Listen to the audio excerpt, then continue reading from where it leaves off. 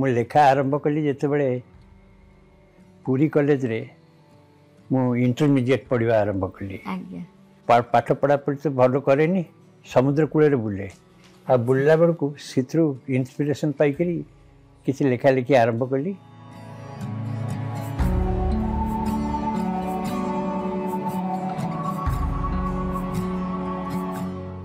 मोर जहाँ अनुभूति एत वर्षर कविता आसे कहे लेख बोलिकी मुझे लिखी से कविता जिते आसुनी मुझे भाविली मोर समय सरीगला।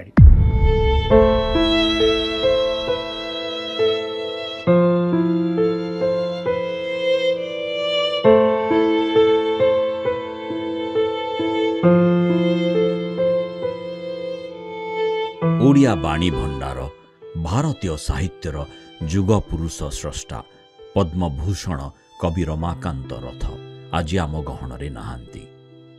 आम कवितार शिखर पुरुष रमाकांत रथंक स्मृति रे देखंतु स्वतंत्र साक्षात्कार एई रविवार 23 मार्च राति 8टा केवल कलिंग टीवी रे।